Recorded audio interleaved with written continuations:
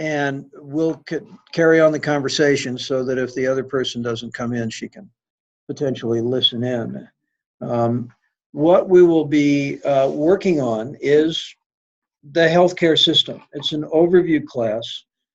We usually like to have this be your first healthcare administration class because everything really is dependent on an understanding of the system. We're going to talk about a lot of things, but many of the topics here will be gone into more detail in other classes like finance, law and ethics, healthcare economics, long-term care, and so forth. Will be the topics of other courses. Probably I will be your instructor, though I will tell you that mid-year, the mod that ends on July 21st, which happens to be the day our daughter's getting married, I'm not going to be teaching that mod. I am not going to be grading on the day my daughter gets married. And besides, that last week is going to be pure panic, I'm sure. It's going to be chaos. It's going to be chaos. He's getting married to an Australian, so we're going to have all of his family coming in. And then our Danish family will be here, and it'll be, God knows. We'll have people from all over the country. Yeah, it'll be actually probably in some place here. The wedding itself will probably be at Laurie State Park, and the reception and dance and stuff, we're finding a place for that. There's several places that we have examined for that. So we've got several venues for that. So we're going to have people from all over the country, family and friends, and then family, and then people from Australia. Daniel, my daughter's fiance's mother, actually lives in Zambia. Really? Her husband is a mining engineer working in one of the big mining companies there. So she's coming, and possibly Simon, her husband. So it's going to be, we're going to have people from everywhere here. So it'll be very interesting to see what happens. But chaos. And then since the wedding is the 21st, I am not going to start teaching the next Monday. So the mod that then starts on the 23rd, I won't be teaching either. So I'll be out for 2 months this summer. So Christy already knows that. So we'll see the scheduling for the rest of your classes. There's lots of classes you have to take. I know you've probably taken most of your accounting, right? Yeah. Oh, in April. No problem then. No problem. Okay. You are just getting started, however. So, okay. And I think our other student as well is just really getting started in this sequence of classes too. So, but anyway, that's the schedule. So what we're going to be doing is looking sort of generally at the system. Now, we all know that things have been a little chaotic in terms of healthcare for the last year. And the last time I taught this was right in the middle of the great healthcare debate last fall. So you can imagine that was a fun time to be teaching this class and watching all the shenanigans in Washington. Oh yeah, yeah. And the thing that really worked out was because we had a varied group of people in the class, and what they came to uniformly appreciate, even though they were all very different politically from each other, what they came to appreciate was the value of the Patient Protection and Affordable Health Care Act, and came to the conclusion that perhaps Congress shouldn't be messing with it because it was working. Well, Congress tried, they failed, and then they sort of backed into part of it by including a rescinding of the personal mandate portion of the Affordable Health Care Act as part of the Budget Act, but that doesn't go into effect until next year. So the entire PPACA is still the law of the land. You know, one thing I think the government is like when I was still that do you have insurance? So like, what about that? No, what you gonna do? Come arrest me? I mean, they charge you. Yeah. It's just like it's crazy. Yeah. They don't know. Yes, it will.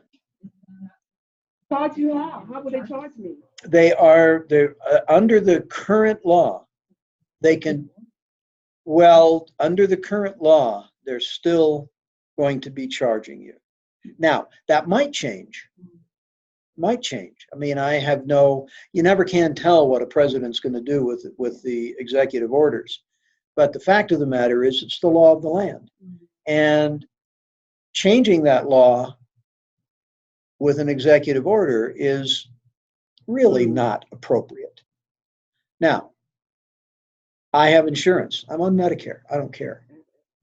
Yeah, right. Do you have TRICARE? Well, then you're covered. Yeah, you're covered then. Yeah. Yeah. So your answer to that question is yes. Yes, but I'm just saying, if I was just a blue soul. Yep. They charge you. They charge you a penalty, a fine.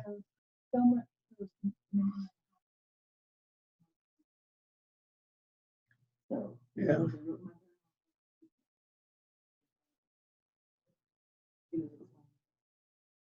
Yeah. So in effect, the law that was enacted during the Obama administration, the Patient Protection and Affordable Care Act, is still the law of the land. So we're going to base this class on that law because it is not likely that Congress is going to be able to find a way to overcome the difficulties they had last fall, considering that they've already lost one Senate seat, so they only have one vote that they can afford to lose, on that topic. So it's not likely to happen. However, all bets are off for the future. We don't know what's going to happen. So there is a lot of confusion, but this class will be based on that. In fact, your research paper will be based on the Affordable Health Care Act. And that will be a fairly lengthy paper, longer than probably you're used to. 5 to 7 pages. But considering that act was 2,400 pages long, you shouldn't have any trouble doing 5 to 7 pages. With that, your trouble may be keeping it that short. Well, I don't mind if you go a little over. I just don't want to see a 25-page paper. We'll save that for your final class, HCA 474. But the healthcare system itself has many, many components, and we're going to talk about quite a few of them. We'll talk about sort of an overview of what the system is currently, and to not to be too blunt, the system's a mess.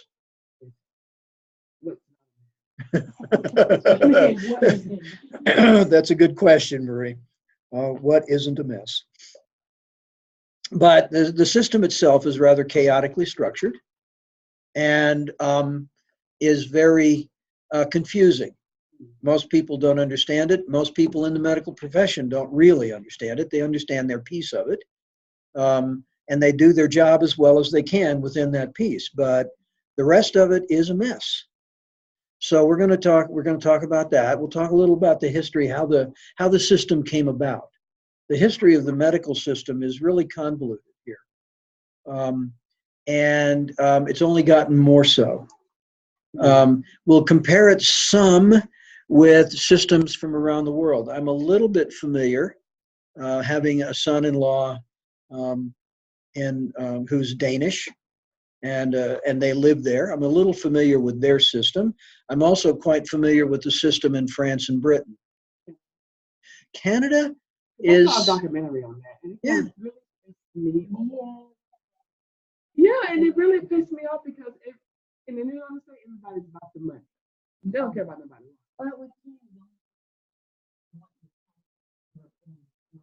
Yeah. Okay. Well, critical problems get jumped the queue, though. Yeah, they do. critical problems will jump the queue. Yeah.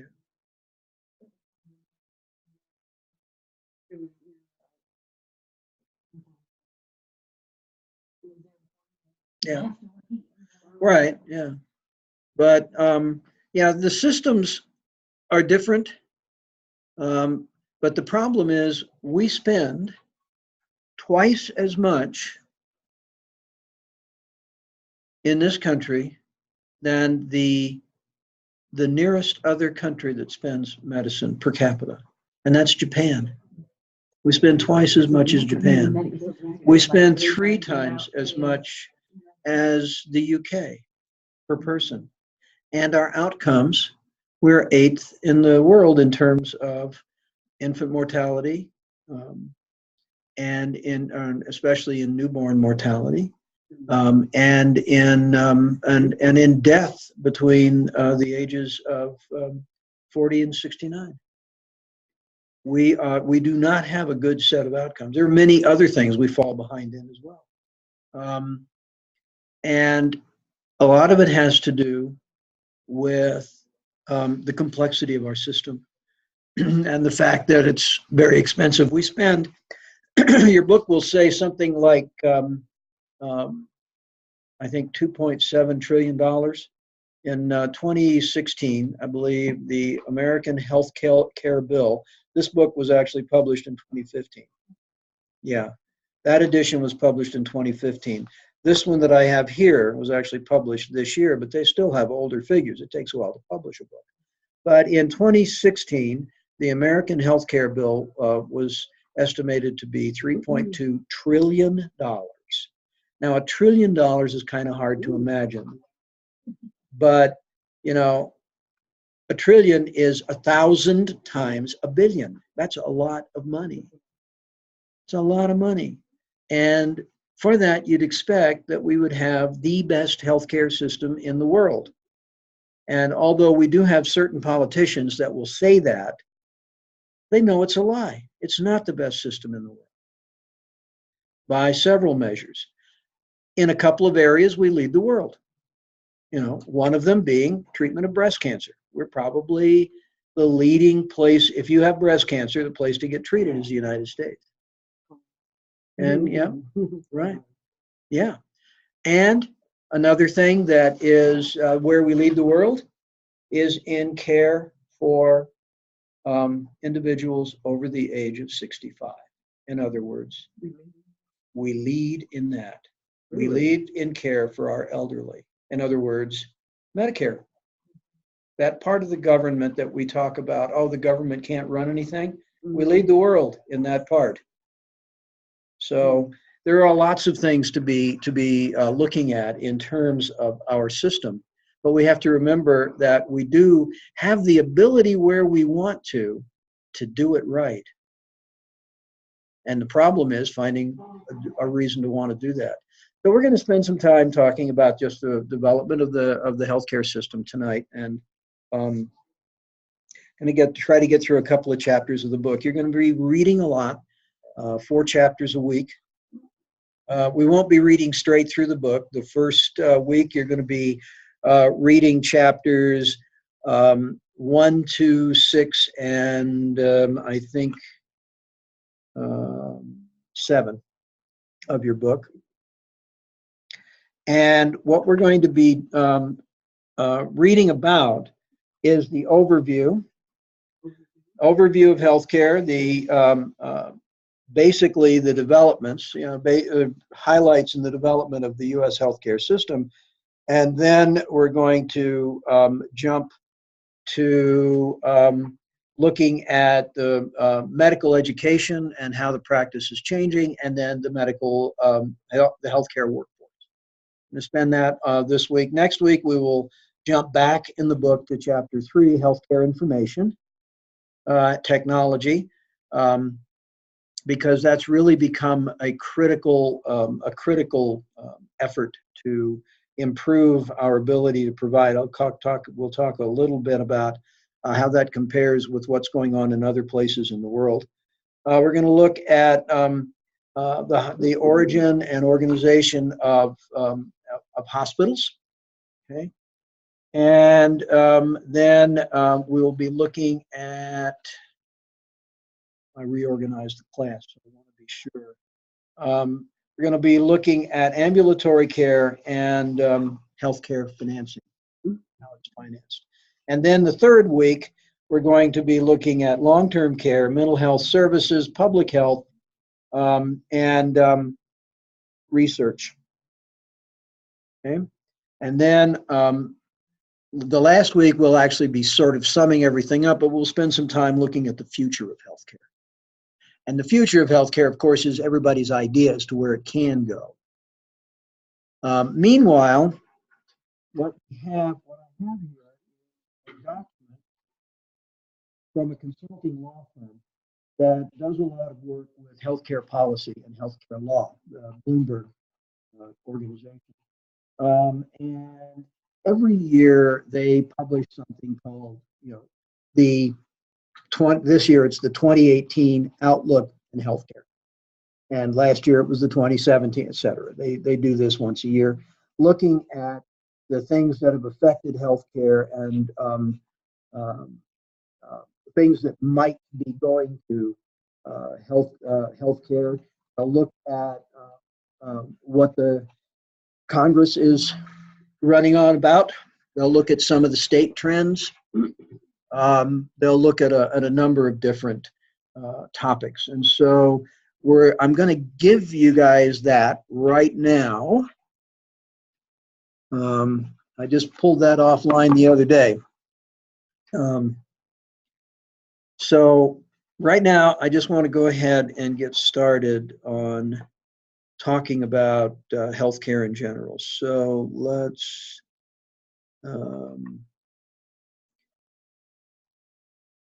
yeah, okay.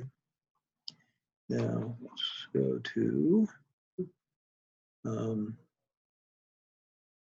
go to sharing, and there we go. All right. So now I'm recording this, and so what I've done is pull up the Chapter 1 PowerPoint, which you can access yourself through the shell. So you can do that, and we can talk. I'm going to just have some talking points here. The healthcare industry is one of the largest employers overall in the United States. As I said, although this book says it's a $2.7 trillion industry, that's an old number. It is really close to $3.25 trillion and going up. And part of that is, has to do with the technologies we use, and part of that has to do with being an open capitalist economy in which people can basically charge whatever the market will bear. The only thing that prevents it is the government gets involved. A lot of controls come about on costs, because who gets the most health care in our country? Well, it's people of my age group. It's people over 65. We consume probably 80% of the healthcare dollars. And short of some disastrous epidemic, that's probably going to continue. There's probably not going to be much of a change there. It has actually over 11% of employment in this country, and there are millions of jobs being added. I just saw an ad for one of the competitor schools, the Pima Medical Institute. They train medical assistants mainly. That's their biggest market in terms of training. And I don't think they have a campus up here. I think Pima's just down in Denver, in Colorado. But their ad starts with the medical field is going to add 2 million employees in the next few years. It's one of the fastest growing, and part of it is you're looking at it. I'm part of this. People of my age group, we are the fastest growing demographic. 10,000 of us turn 65 every single day.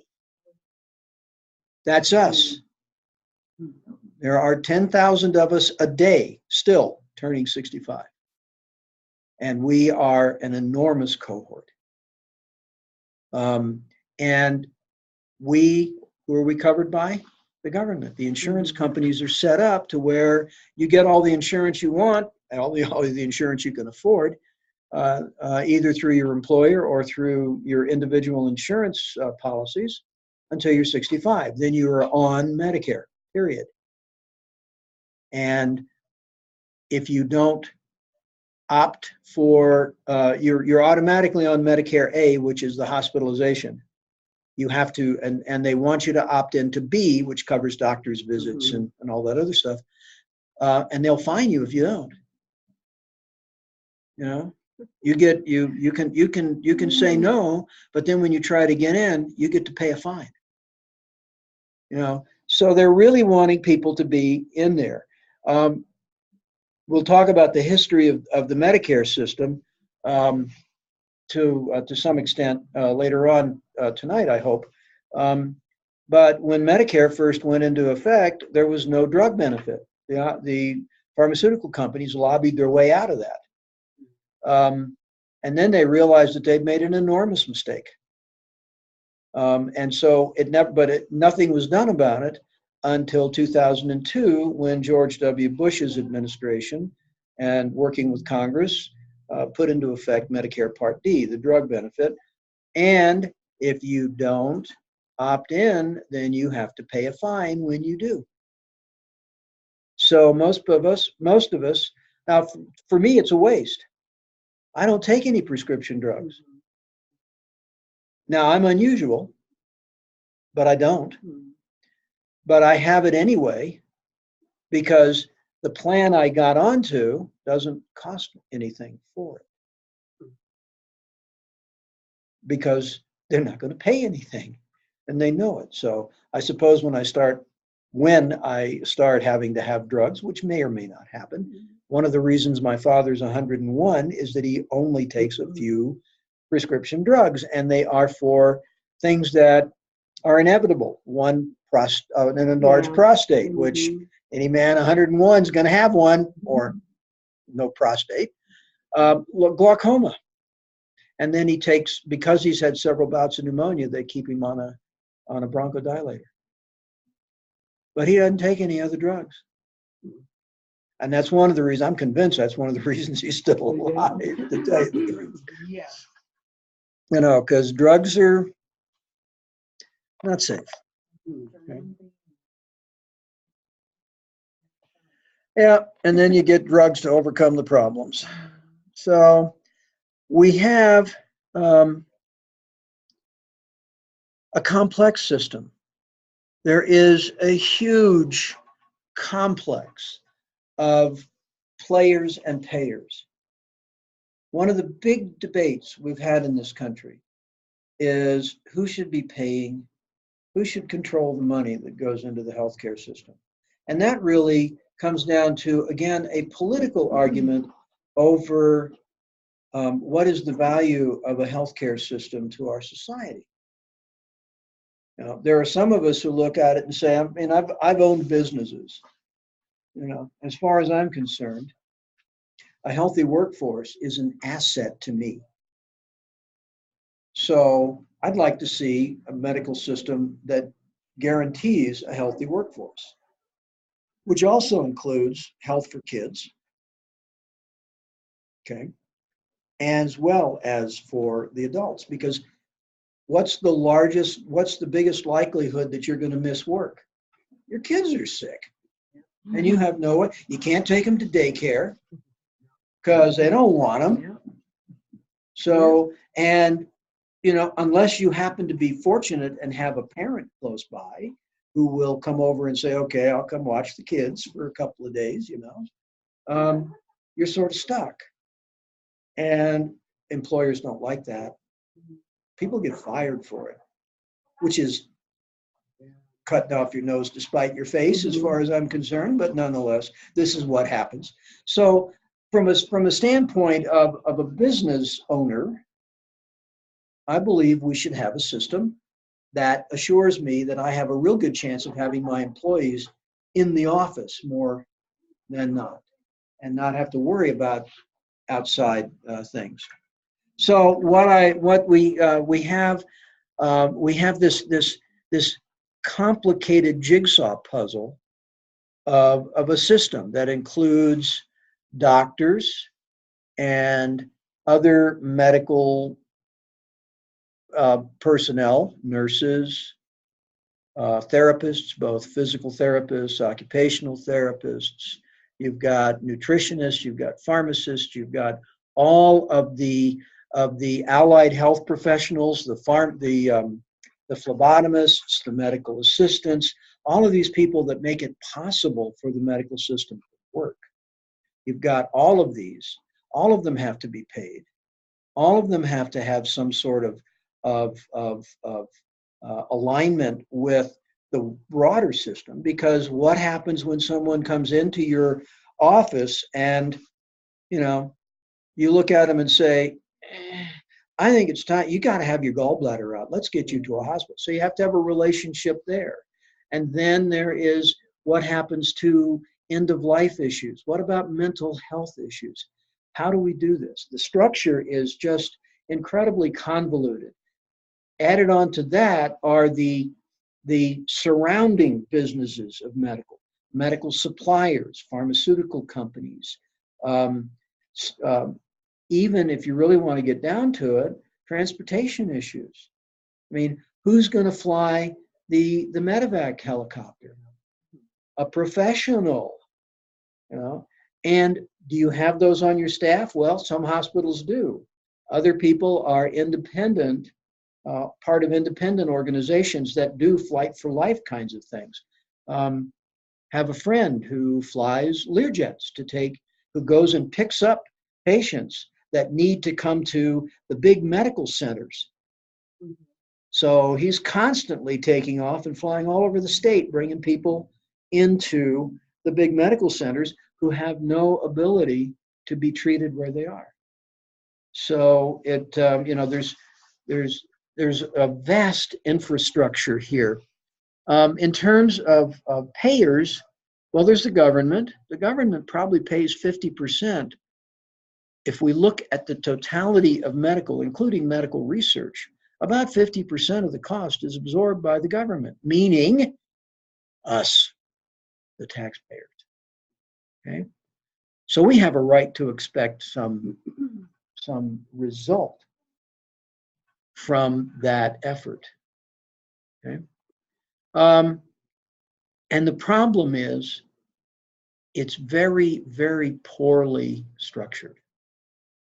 My mother-in-law, the miracle is she's alive. She has a pacemaker. She has congestive heart failure. She fell last summer, and we've been dealing with a broken femur that was pinned, but she's now permanently, although she will not accept this, permanently with a walker. She will be with it for the rest of her life.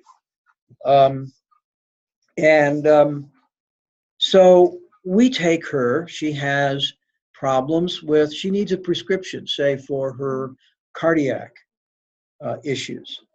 Well, she has her primary care physician. She too, her husband was retired military, so she's TRICARE. So we're not, we're fortunate. We don't have medical problems to pay for. My dad, as a retired Air Force career man, TRICARE, no problem, right? So we are lucky. We have advantages that a lot of people in the society don't, in that the expenses, even my father's burial expenses are covered because he'll be buried in Arlington. Because my mother's already there. She was a staff sergeant during World War II, so she's already buried there. So they're going to be together again in there. So there's an awful lot of expenses that we aren't going to be saddled with that most people will be. My wife probably feels lucky in that I'm entitled, as a veteran, I'm entitled to a place in a national cemetery. And that's probably what'll happen to me. It might be someplace like Fort Logan down in Denver. We're about, we've got about a dozen friends already, so going to go down there and party. Right.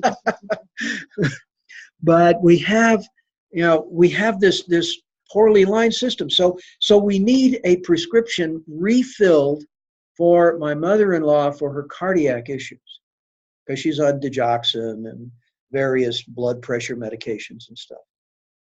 We call up and we say to her primary care physician, we need a refill on the, on the DIG. Well, you have to talk to the cardiologist, who's part of their practice. So what's wrong with that picture? And that's the way things have evolved, okay? There's all these specializations. A year ago, I had a little spot on my face that was dimpled in, almost a sure sign of cancer, right? And it turned out to be a squamous cell carcinoma, something that with a relatively benign and risk-free surgical procedure has essentially a 100% chance of cure. But I had to get a referral to go to them. And so we have this labyrinth that we have to work our way through, and it's confusing, and it makes it difficult. One of the things that happens is people just opt out rather than continue to do this. We also have an issue of inconsistent quality. There's an old joke about 50% of the doctors graduated in the bottom half of their class, right? Well, it is a joke, but it is absolutely the truth. Now, the fact is that we have this idea that in order to get into medical school, you've got to be in the way up, so the bottom half of that class is still above the rest. But no, we lived in Durham, North Carolina for 20 years. Durham, North Carolina is home to Duke University and the Duke University Medical School, which is one of the best medical schools in the South. 25% of their medical school admissions were reserved for the children of families who could enrich the Duke endowment. Does that make you feel comfortable? Thinking that, oh, the only reason you got in is because daddy's rich? Doesn't make me feel comfortable. But we have tremendous technology. We have the ability in this country to diagnose and to use variety of technologies for treatment that are just simply not available in many parts of the world. One of my enduring angers with the liberal community has to do with the way they ended drug companies providing necessary medications to third world countries around the world. When medications are given dates, you all know that from your pharmacy classes, they're given dates. Those dates are limited to 5 years. But most of these drugs will last for significantly longer. They're perfectly safe for longer. So what would happen is that pharmaceutical companies would take back drugs that were getting short dated, and they were giving them to third world countries, just giving them away and taking the tax write-off. Wonderful. Let them have a tax write-off to help people. I don't care. Then the liberals got mad and called it dumping and started screaming and hollering, you're dumping expired, useless medications on people. And the drug company said, stuff you, we'll stop. So who loses? What? Half of humanity loses? So, we have lots of challenges, and some of those challenges come from sheer ignorance. I think that probably the people that raised the cane were actually thinking they were doing the right thing, but they did it out of total ignorance. And people like me who spent years in the drug industry look at it and say, shut up. Just shut up. You don't know what you're talking about. So, when you don't know what you're talking about, keep your mouth shut. But no, they just knew it, and they'd get in high dudgeon. I can remember hearing that. And I you know, as someone who actually feels that, you know, who understands the technology and understands the chemistry. I've told you all before, I've got aspirin on my shelf that's 40 years old. You know, it's still good. So why the heck shouldn't it be in, well, Zambia, where my future son-in-law's mother lives? Why shouldn't it be there? She's actually studying nursing so she can go back and do some good. And she's 55. You know, she's starting her new career.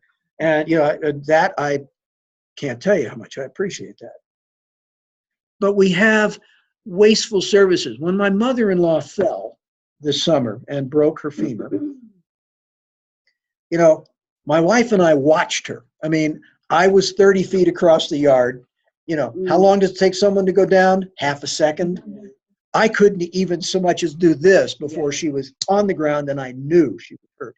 My wife was inside the house 10 feet away. There was no way she was going to get there. So we get outside and we realize that. And I saw her fall. And I know that she went back and there was a plastic flower pot. And I know that she touched that with her head. She didn't hit it. She just basically touched it. Well, they insisted on doing a CT scan on her. And we're sitting there saying, she didn't hit her head. We were watching. You know, nothing happened. You don't need to do that. Pardon? They want that money. Yeah, you got it. They want that $1,000 or so that they charge Medicare. And that kind of waste is one of the reasons that our costs are where they are. Sure they do. Well, you know, and I blame lawyers for that. I'll be honest. I'm not a big fan of lawyers. We have a cousin in the family who's an ambulance chaser. I don't have much use for the lawyers because they sue. They encourage people to sue. Hello, Katie. They encourage people to sue for things that might have happened. Well, you didn't check her, so, you know, if she has a problem, well, I mean, we have a joke in my family about my father because he falls, and I say, well, Dad, what did you hit? Well, I fell on the concrete. I said, did concrete break? Because I mean, he has a hard head, and that's to say, you know, we have that. That's our joke in the house. But in reality, of course, that's not true. We know from the results of, you know, the studies on football players that micro concussions are long-term very, very damaging, in especially if you regularly have them. Bouncing your head a little bit now and again. I fell trying to clean ice off my driveway the other day, hit my head. I woke and it didn't knock me out. I didn't even see stars. It was more a case of, oh, that was not fun. And I got back up, but you know, I wasn't hurt. Am I going to run off and have a CT? Did I have a little bit of a headache? Yeah, I had a little headache. I hit my head. You know, am I going to run off and get a CT? No, I'm not. We have members in our family who will do that. Yeah. Wasteful. The problem, and also there's accessibility. If you don't live near a big medical center, you are handicapped. If you live in Ray, out on the plains, you got a long way to go before you can even get to a reasonable medical facility probably as close as Greeley, as good as you're going to get. There is a hospital in Fort Morgan, but it's a little bitty one, you know? So, you know, the accessibility is an issue. When I was in graduate school, I dated a woman for a while whose father was the only physician in 8 counties of North Dakota. And he would have to fly to his patients because they had ranches. I mean, you're on a 10,000 acre ranch. You don't exactly have a hospital around the corner. So availability and accessibility is an issue. And with the wealth and the technology in this society, it's a shame that we have these kinds of issues that we get to deal with. Problems, you know, the problems have been have been rife all through our history. We've known about this for decades. I remember the debate that resulted in the creation of Medicare. And I remember how the AMA fought it tooth and nail, using propagandistic approaches to their effort to derail any of this, because they considered it socialized medicine. What they were afraid of was they weren't going to make as much money. And the problem is, it isn't socialized medicine. Socialized medicine is medicine where the doctors work for the government. Well, guess where we have socialized medicine in our society? In the military. It's good enough for the military. By God, it's good enough for me. My mother and her end of life struggles was being treated by military physicians at Bethesda and Walter Reed. Now, Walter Reed doesn't exist anymore, but she was being treated by high quality people. No, they closed it. They consolidated everything into Bethesda. No, it's moved. Yeah. My father used to go to Bethesda or to Walter Reed all the time, and then they closed it. And because we have so many people coming back torn up from our wars around the world right now, he's not getting care in the military facilities. He has to use the local facilities. But for years, I mean, I had no complaints about Walter Reed or Bethesda at all. They did well. They had a few doctors that were kind of third rate, Yeah, but for the most like the part, VA. yeah. But for the most part, they were top flight. They were good.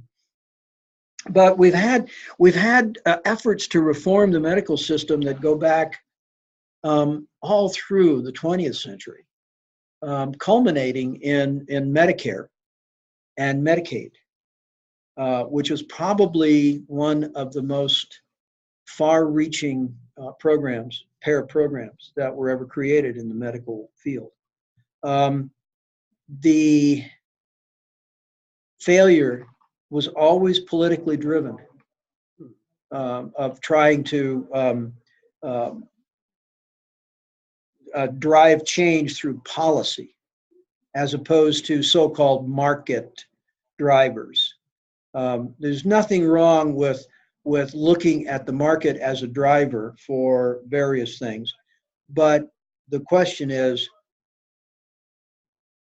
what is healthcare worth? And that's a question that we've never dealt with from a policy standpoint. What is healthcare worth to the society? And that's something that we have really tried to, every time we've tried to use a policy-driven approach, it's been knocked down.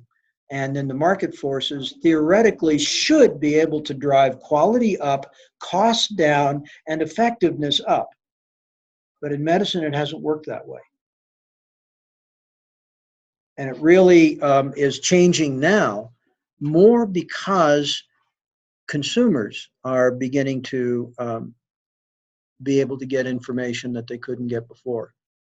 Right now, there's no reason ever to go into a treatment, unless it's an absolute emergency, of course, without doing your own research as to what effective treatments there are, what alternatives there are. Because doctors will look at the alternatives that they choose are the ones that they have studied or specialized in. Surgeons, rarely will you have an experience like one I had. I had a shoulder injury many years ago that took 25 years to manifest itself. And I have a very impaired right shoulder. If you ever see me in a classroom writing on a blackboard, you'll see me occasionally have to hold my right arm because my shoulder won't last. So I went to see, just to see what he would say, I went to see an orthopedic surgery group that was recommended to me. And I had the bizarre experience of having an orthopedic surgeon look at me and say, well, I suppose we could do surgery, but it won't do you any good. Hmm. Well, thank you. Then we're not going to do surgery. It's not, if you really can't help me, thank you for saying that. Instead of thinking, well, here's another payment on my BMW. It's just not going to happen.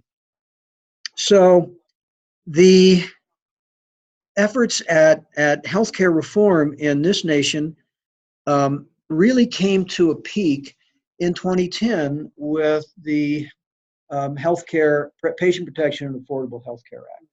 That was the most impactful policy change and reform in medicine since the mid-'60s with the appearance of Medicare and Medicaid. And it came at a time when they were able to really put together a group that included every single interest player, physicians groups, patient advocacy groups like AARP and other other advocacy groups, the insurance companies, hospitals, the pharmaceutical industry, the medical device all of them really were put together. And for the better part of 2 years, they crafted this legislation that had broad support within the industry and came up with the ACA. And again, because of politics, the ACA had to include the insurance mandate. Otherwise, the insurance companies were saying, we're going to lose money, and so we're going to have to raise our rates unless we can get healthy people in here paying lower rates because they don't need the care, but it's more money and it helps us cover. I mean, it's a little like group insurance policies used to be. When I first went to work in the pharmaceutical industry, we had a group health policy that our company had. We had, in the United States, we had 16 or 1,700 employees in the US. I worked for a British multinational. So we had about 15,000 worldwide, I guess, maybe 20. But we had about 16 to 1,800 in the United States. So we had a large chunk of people to put into a health policy. So those of us who were healthy paid a premium that was arguably higher than it should have been because we don't consume health care. But it helped our friends who had, either illness in their family or 4 or 5 kids. Kids are always sick. We all know that. So they'd always, it helped them keep their premium down. So it's really kind of a group sharing of cost. That was the health insurance business that had been in place since the 1930s, since the Depression, when hospitals started going broke because people weren't using them because they couldn't afford them. So they created what morphed into Blue Cross, and it came out of Baylor in Texas. Yeah. That was a related program that merged with them. Okay.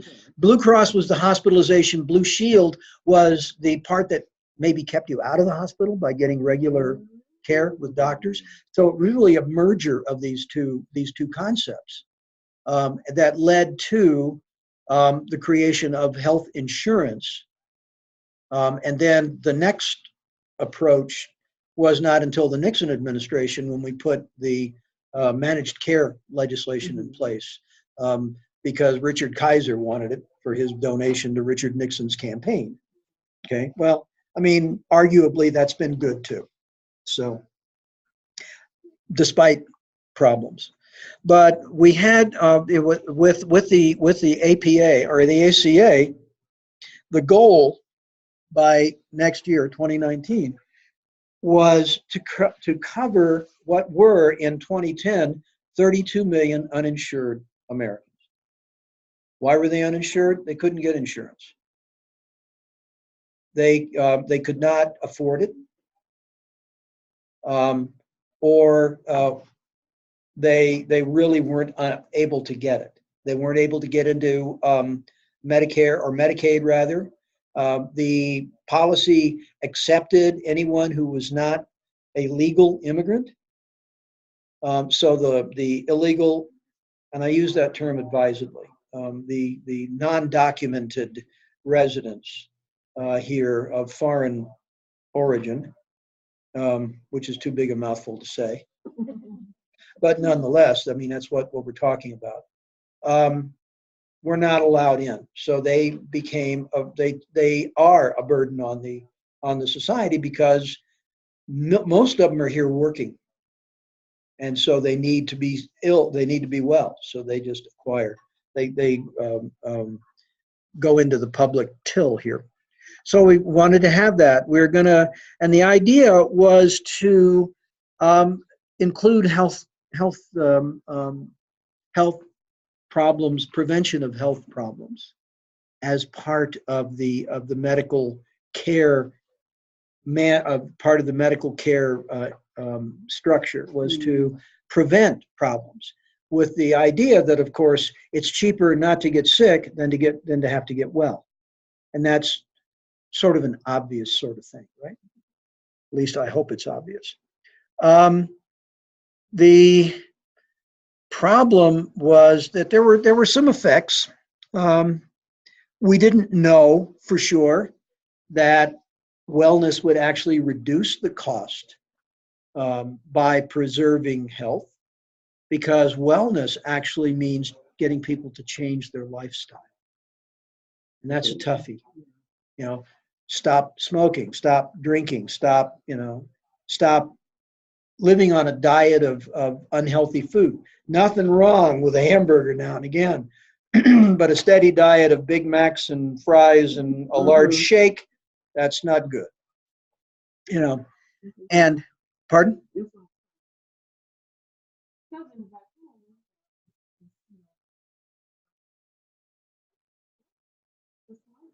Yeah. Yeah. Well, when we'd see kids going to school in North Carolina and breakfast was a bag of Cheetos and a Pepsi, I mean, it was a come home and eat some real food. Yeah. Anyway, let's take a break. We'll take a break for now. I need to go talk to Christy. I'm going to resume the recording. I'm presuming we have permanently lost our other student for the night, at least. So the problem is that, or the real advantage to the ACA is it really brought people, all of the players, all the stakeholders in this had to focus on the problems, how to make it work. And so, and try to answer, can we make prevention the dominant approach? For some of us, prevention is the way we've gone about it.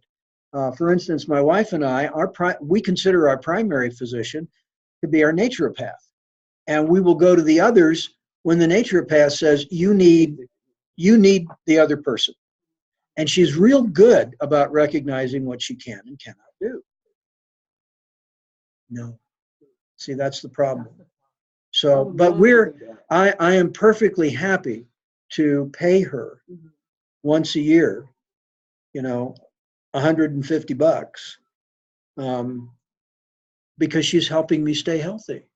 She wants me to get sick once a year, and I say, Jody, how about every 3? I don't want to get sick that often, but basically, she really looks after us pretty well. We take my mother-in-law there too.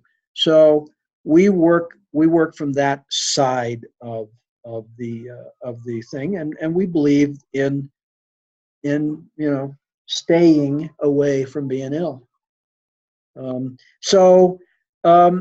Can we, and the other part of the ACA was use of some financial incentives for the providers to try and to actually come up with a better outcome. Is that working? Well, it's probably still too early to tell. Anytime you change a system as much as that, you're going to have some chaos. You're going to have to see if it's going to work, because there are going to be people that are going to resist it. So what are some of the problems? You know, we've already mentioned the idea of preventing disease rather than treating it. You know, any fifth grader can recognize it ought to be cheaper to prevent than to treat. So the problem is, what's prevention and how do we prevent? We can't not expose ourselves to disease. I mean, we can give ourselves strategies like vaccination that can help us not get certain kinds of diseases. We can tell people, you know, you need to eat, you know, X number of vegetables and fruits a day and cut back on the fatty meat and all the other stuff, but they have to do it. Okay? And the Americans are basically risk averse, change averse rather. They really don't want to change. When I was a kid, we had all these doctor shows on television. You know, all through time, we had Ben Casey, and we had the ambulance programs and hospital programs, and Marcus Welby, and all these other people, where the doctor was a little tin god, knew all the answers, you know. And, you know, we used to have the joke about the Marcus Welby disease of the week, because they'd cover some rare disease and all of a sudden thousands of people would have it. We had one cousin, every time he saw a medical program, he got sick with the disease of the week. Yeah, yeah, a lot of people are.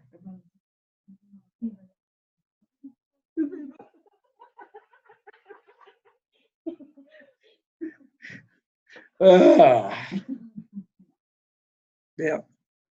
So there's a lot of, and quite frankly, you go around the country and you see variations in care. We see doctors that are not doing the job as well as they should, and we see others, of course, that are most of them do the best job they can, but you see all sorts of problems with doctors that don't render the best care they could possibly render. Sometimes it's because they're expected to see, you know, 20 patients a day or 20 patients a morning, or, you know, give 10 minutes to the patient. And unless you're someone who's willing to say, no, you're not leaving yet, I'm not done with you, they walk out. You know, that's one of the reasons we like our naturopath. Minimal time, half an hour. Normal time, an hour. If there's really a problem and she needs to spend 2 hours with you, 2 hours. You know, that's one of the reasons we like that. You go to our regular doctors and it's, you know, we tend to keep them. That's why we take my mother-in-law to her doctors, because, how are you today, Lorene? I'm fine. They have learned to say, and what are your concerns to us? And then we have fun. But there is, the issue is that it depends on the emphasis. Is your emphasis on the health of the population, or is it in controlling the costs? Unfortunately, we have a system that's so expensive that now we're more interested in controlling costs than we are in providing good health. So the American people have to change how they're going to deal with their own health. And we have to help them do that. We have to help encourage them to do that. When I was a kid, I mean, I can remember television commercials. Back in the days, drugs could not be advertised on TV, but cigarettes could. Yep, right. Lucky Strike means fine tobacco, right? And 6 out of 10 doctors recommend Chesterfield. Remember that one? You know, now you can't advertise cigarettes, but you can't advertise drugs. I don't know which is worse. I suppose that my preference would be can't advertise either one of them on TV. But, but we know this. Compared with other countries, I'm going to pull out the book, the latest book, the newest, the 9th edition. The slide you have here for the 8th edition. You haven't changed that. But let's do some international comparisons in the 9th edition.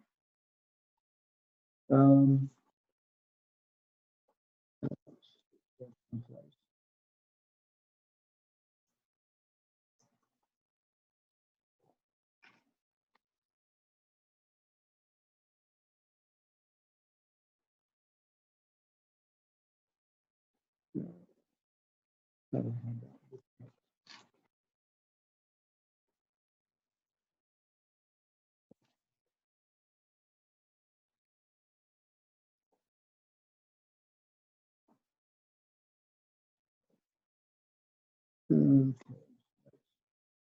No. So we'll just stay with that.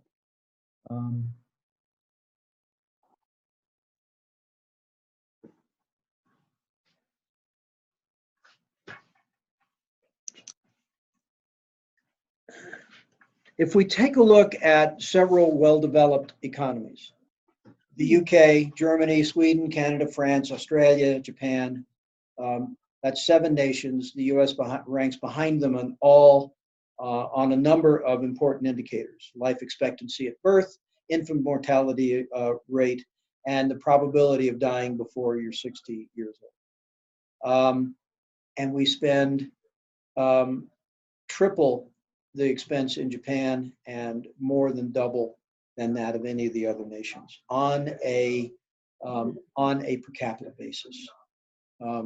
Clearly, we have to be looking at everything based on a per capita basis because we have 315 million people in this country, and Germany has more like 75 or 80 million. The UK has about the same. So we have to be looking at the per capita expenses.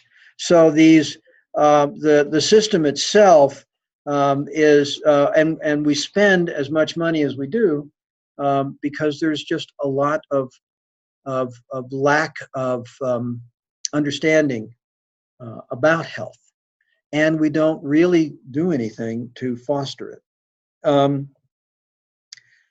The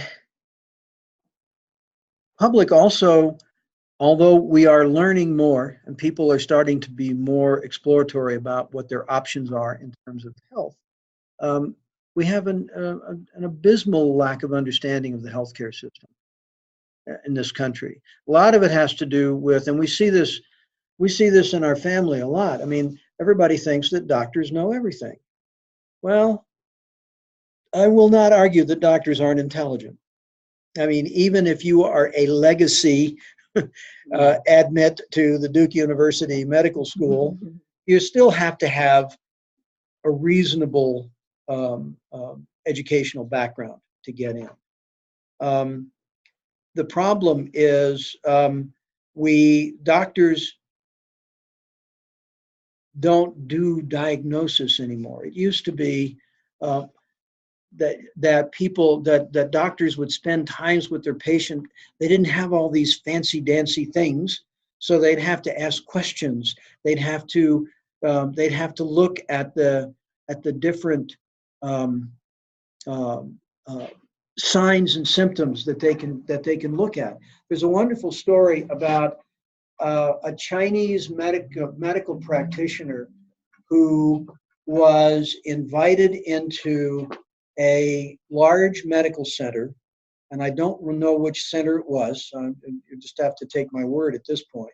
She was invited in to see how her diagnostic procedures, which does not use a lot of machinery, doesn't use blood tests, doesn't do any of this stuff, how her diagnostics methodology would compare to our high-tech stuff. And so they had a series of patients that they had gone through all the workups on and done all the testing and imaging, and they had a diagnosis for them.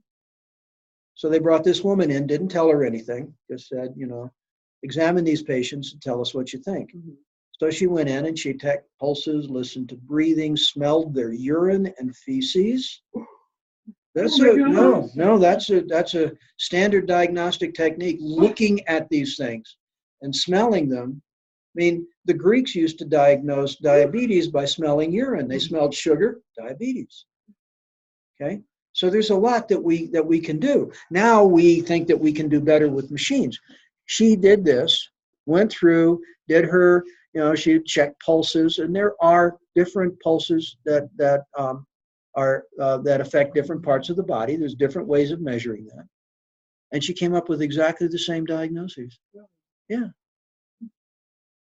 Without all the high-tech stuff.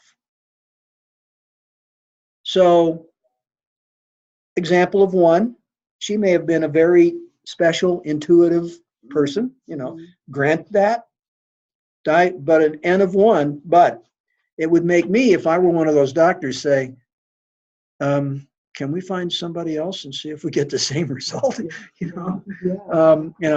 Let's see what we can learn, and maybe let's hire this woman and cut costs. Yeah, maybe. So, that's asking people to do this, but it's kind of threatening as well to see this. Okay? But oh, well, we do. We love our technology. We think our technology gives us superior information. And maybe it does. But it's all dependent on what we do with it.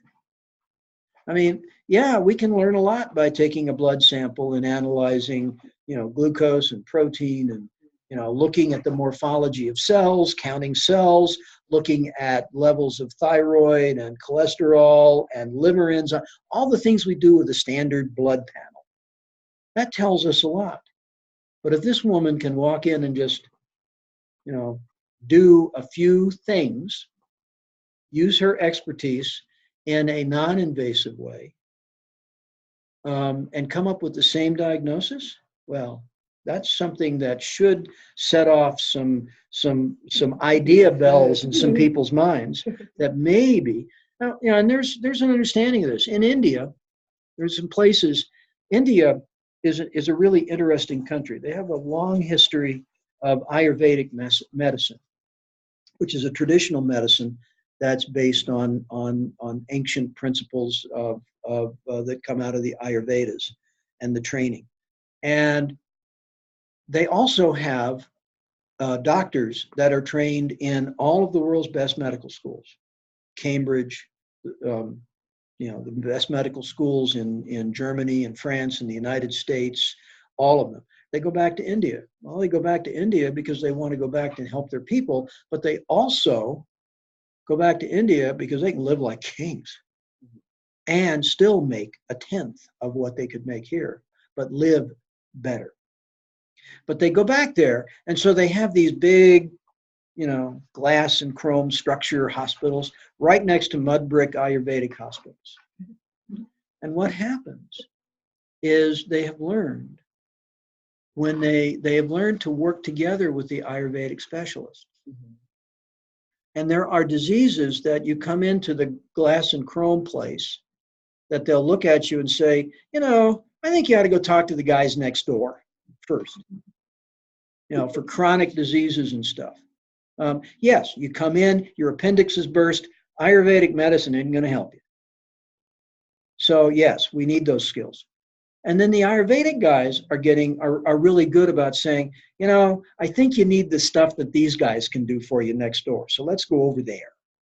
And that really has done a lot to help medicine in that country. Okay. We have ways now that have changed. The internet has provided us an incredible variety of information. It allows us really to access public data about the quality of care from physician practices, from hospitals. You can go in now and actually access data on outcomes in hospitals. And you might look at 3 or 4 hospitals in your area and say, I'm going over there because that has the best results for what I think is going on with me. if your insurance includes that hospital. That's the other big part.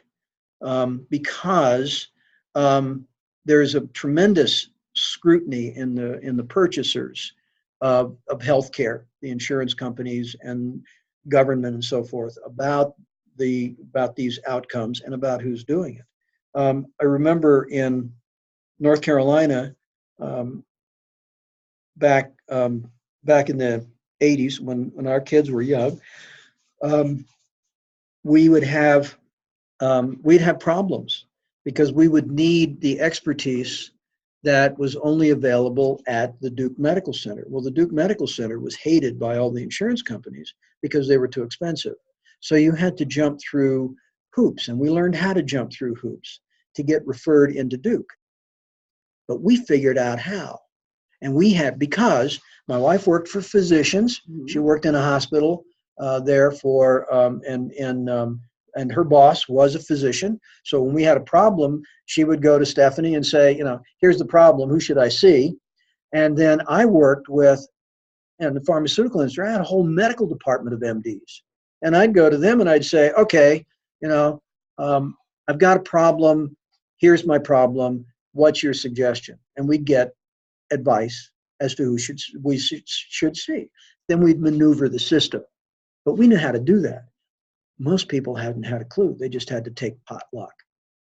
So part of it is learning how to manipulate the system to get what you want.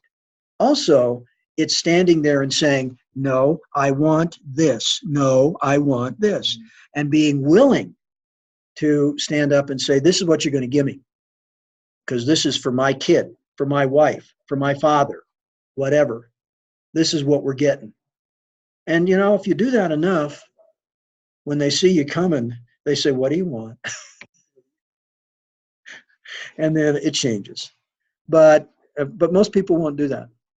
But we've also really collected an awful lot of data.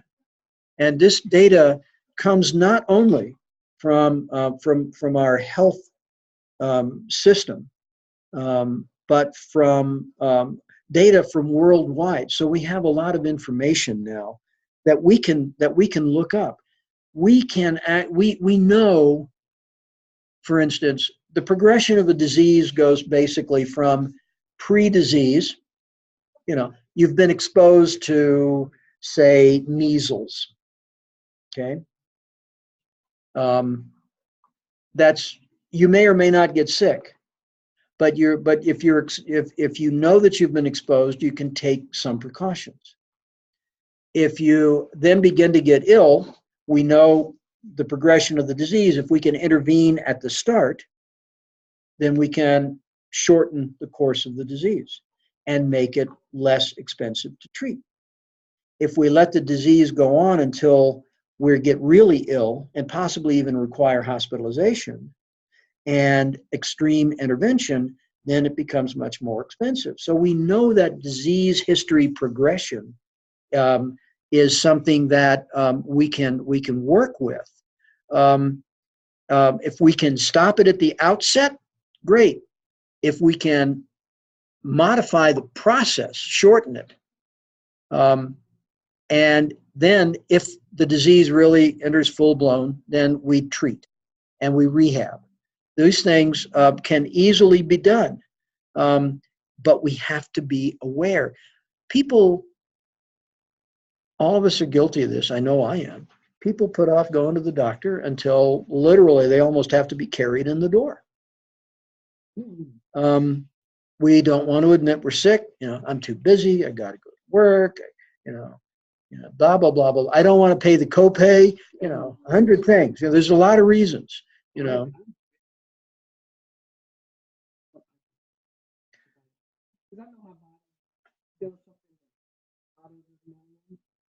If you're that aware, and then God bless you, do it. Yeah, I mean, everybody has their own style. Those of us who are used to being healthy, bullet through. Mm-hmm.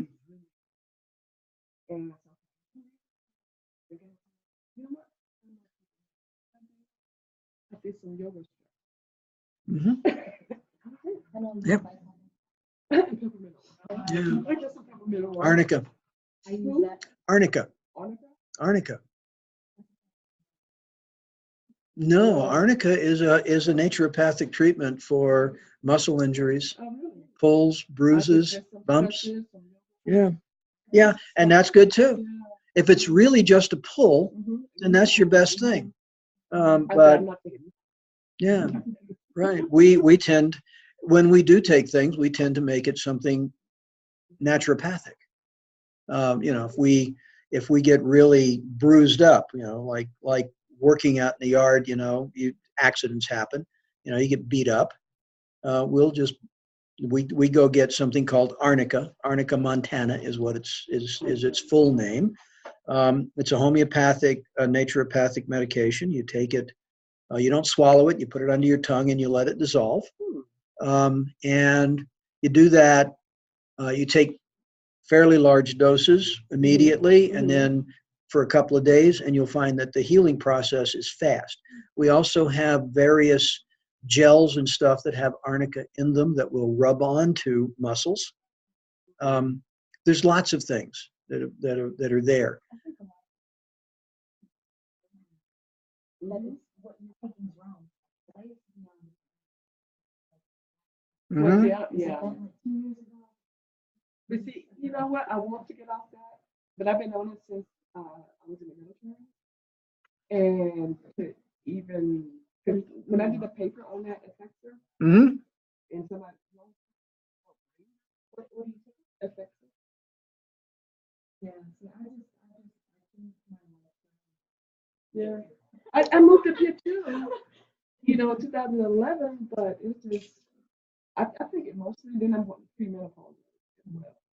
And, but I don't know. I think I always had a chemical imbalance even before the military. I remember some. Yeah. Yeah. And that's possible. Yeah. I And think the military. it can do that. But you know, so we have you know, the issue is that education, but we also need to be aware. You are aware of what goes on in your body. A lot of people aren't. That's the thing with my mother-in-law. Deny, deny, deny. I mean, you know, she just will not. If she doesn't want it to be, it ain't. Period. And it drives us nuts, as you can imagine.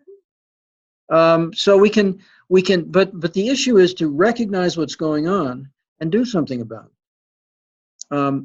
What do you do about it? Well, you know, going to the doctor is one thing. Early on, doctors can recognize that a quick, you know, change of something, a quick treatment of some form can help.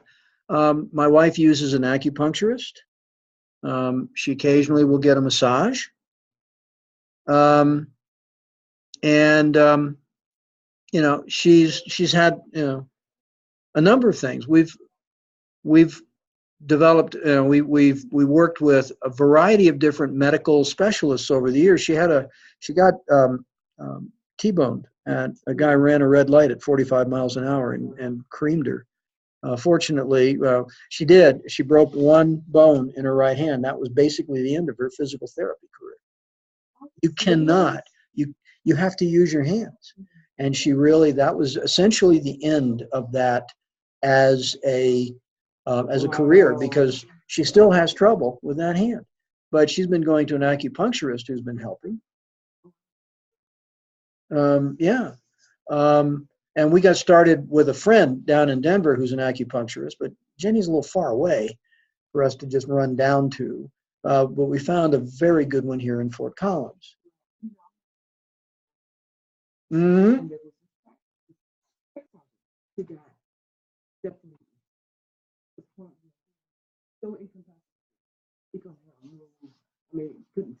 So they it all kind of who has some career to travel to different states in California, right? The doctor there wrote the commander, called the commander and said, there's nothing we can do for him.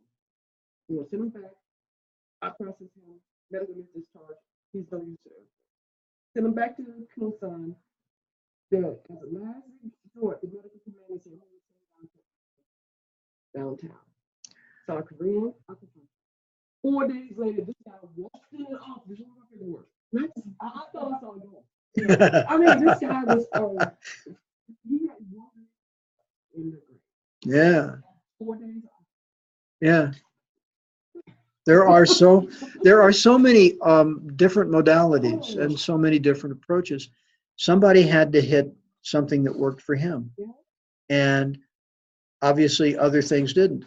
There's a lot we don't know. I am the more we learn, the more I think we understand how much we don't know, and I think that how much we don't know keeps it.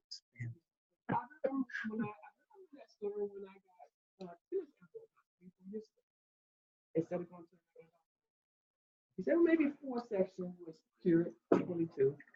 That was 4 years ago. Yep. Yep.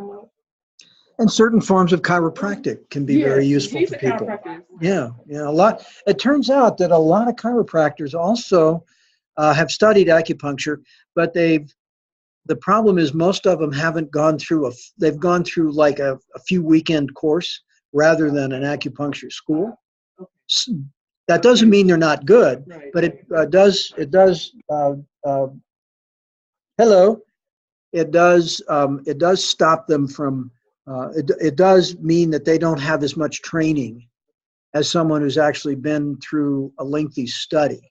But yeah, but I've dealt with a chiropractor in Windsor who is also an acupuncturist, and I didn't need acupuncture from her because she was one of the, I guess she uses what they call network chiropractic, which is a much more gentle form of chiropractic, and worked just fine. Yep. Yep. Familiar with EFT? My wife is actually finishing her certification to practice that. Yes. Yeah. Great. Great. Yeah. It's good stuff. We use it. So, so if we look at the natural progression of disease, we call it the natural history of disease, there are many places we can intervene.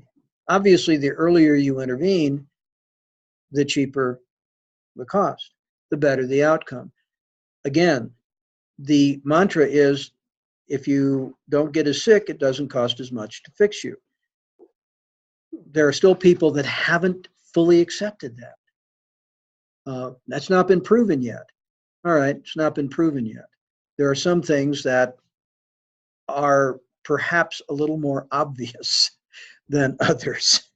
And most people will tell you, yeah, we understand it's probably cheaper not to get sick. Duh.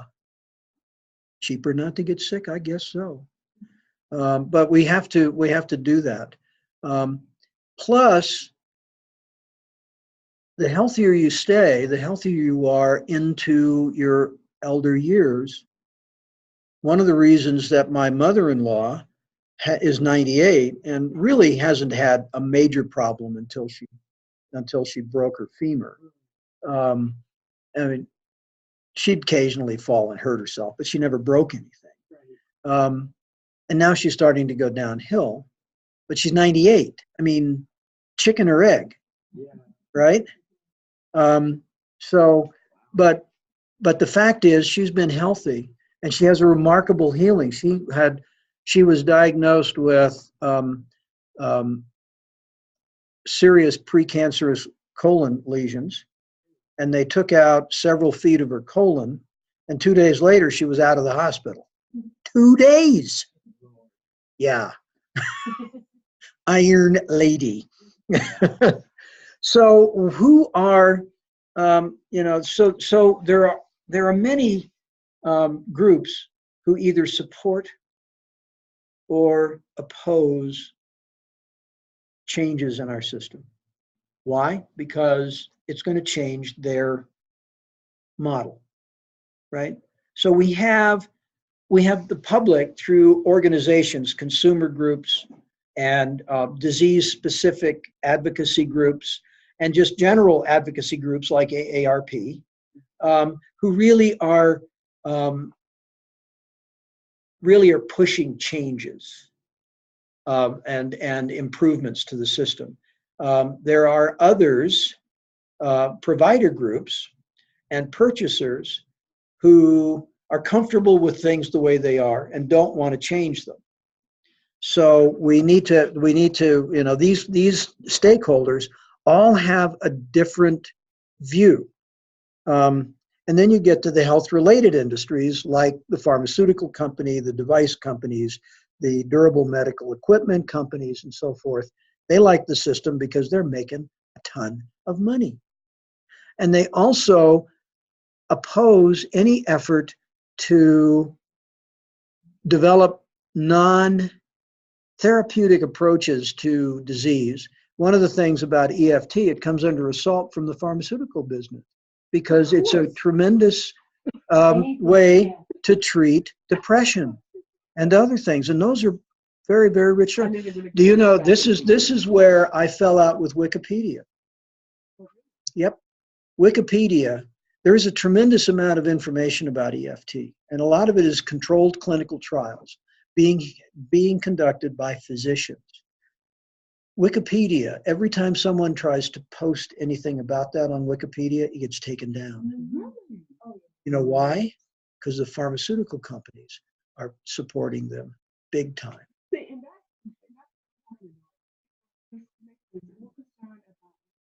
Yeah. Yeah. Yeah. Yeah. Getting this push. I mean, even and they put tight hold on that. Right. So it's too big now. Yeah, exactly. You don't want it. I'm going to jump ahead. Technology is a fascination with this company, with this country. Yeah. You know, we're fascinated with technology, so we let it control our lives. And in the PowerPoint, there's a slide called "The Tyranny of Technology," and we let technology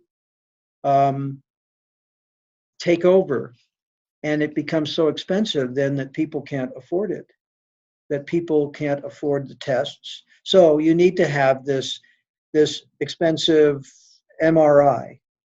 I can't afford the cost of that. Well, then we can't give it to you. Yeah, that you talked about. Yeah, it's going to be expensive.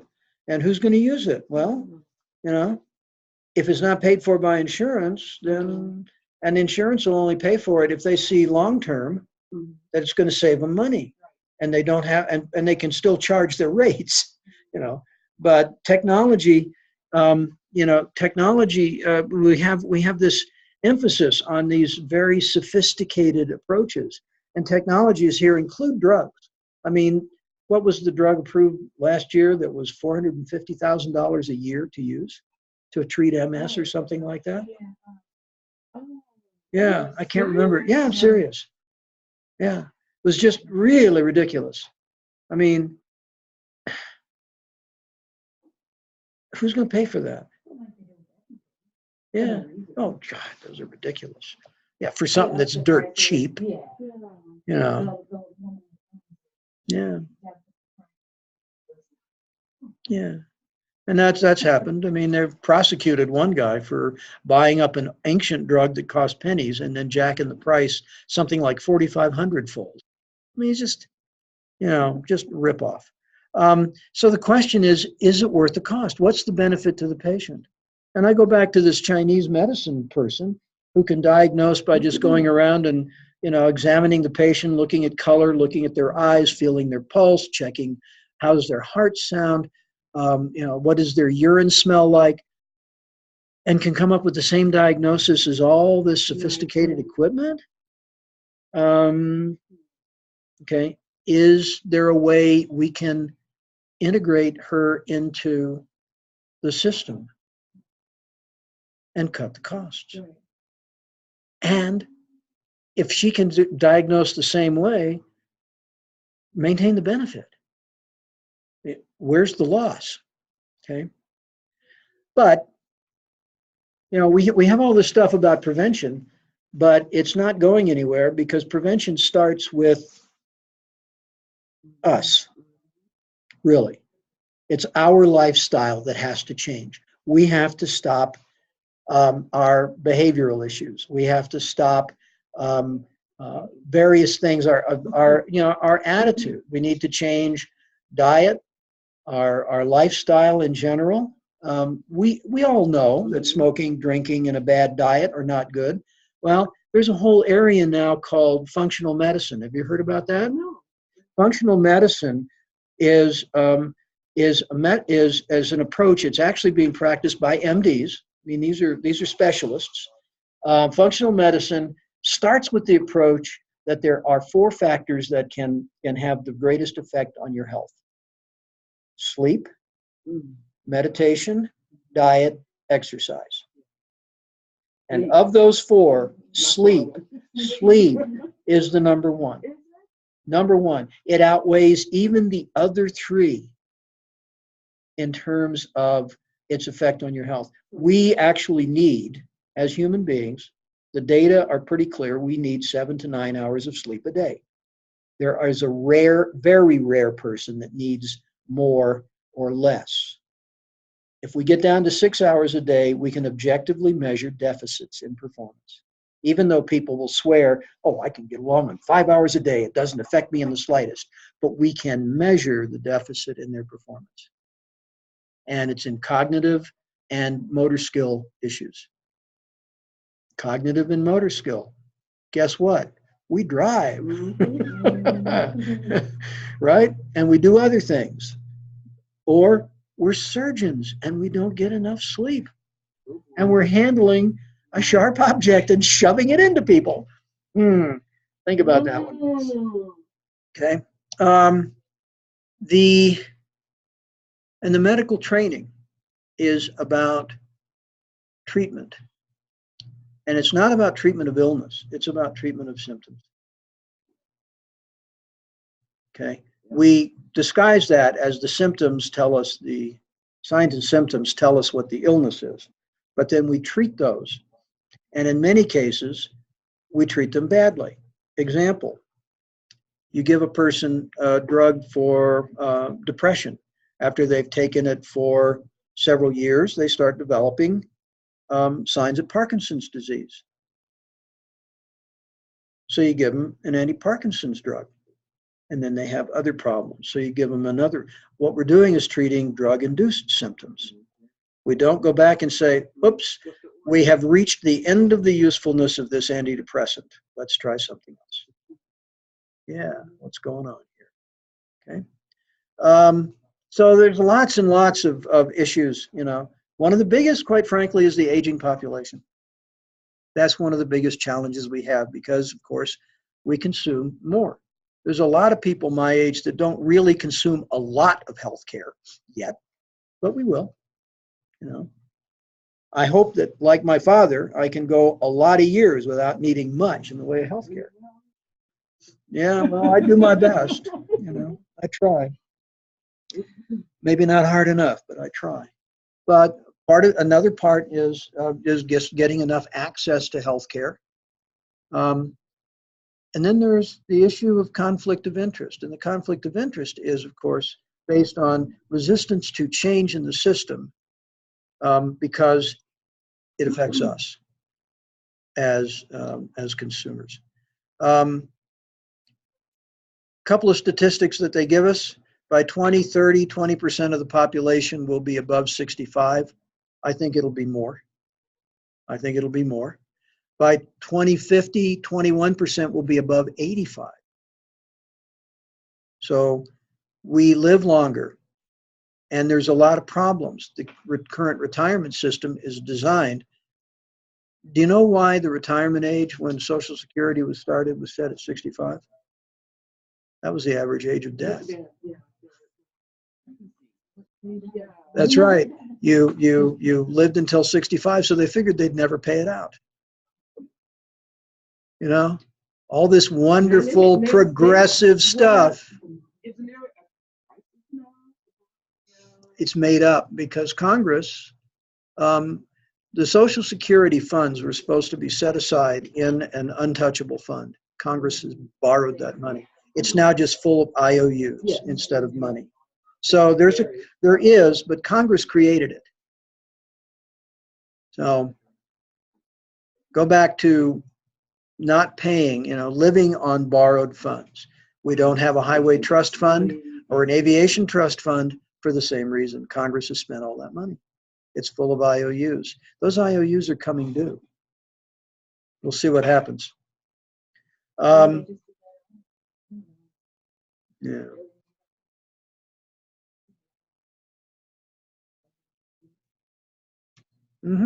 It's in, well, personal opinion, it's in Monaco or the Cayman Islands or no, you can't. I don't care. Even a five-star general doesn't make enough money to have a $1 million house. So, okay. So there's lots of different things that we're trying. Public access to healthcare is a debate. There is a really an interesting bit of propaganda about Medicare and Social Security when you hear people in Congress calling it an entitlement. Well, I've been paying Social Security and Medicare all of my working life, and my working life now is spanning some 55 years. I've been paying it all my life. It's not an entitlement. It's my money. I earned it. And Congress, which doesn't participate in any of that, and makes $175,000 a year to work about 50% of the time.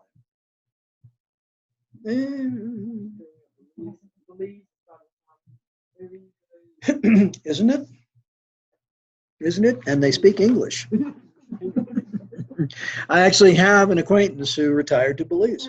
Yeah, he did. He retired to Belize, and he's perfectly happy down there. He has to come back to the States periodically. I have another friend who retired to Panama. Yeah. Yeah. Okay. So there's a lot of different arguments. Is Medicare a right, or is it a privilege? Is medical care rather a right or a privilege? Depends on who you ask. Or is it just a service that's available to whoever wants to pay? Well, for a healthy society, one would think so. Yeah. So the part of the ACA extended the population that was eligible, but that's coming under fire. The quality of our medicine has become suspect. The third, at least the third, maybe even the second leading cause of death in this country is medical error. Now, Johns Hopkins used to be thought of as about 100,000 people a year died from medical errors. That's a lot of people. But a study 2 years ago that was conducted by Johns Hopkins, a non-schlock organization, estimated it closer at more like 250,000 a year. So second only to heart disease. More deaths from medical error than cancer. More deaths from medical error than automobile accidents and firearms combined.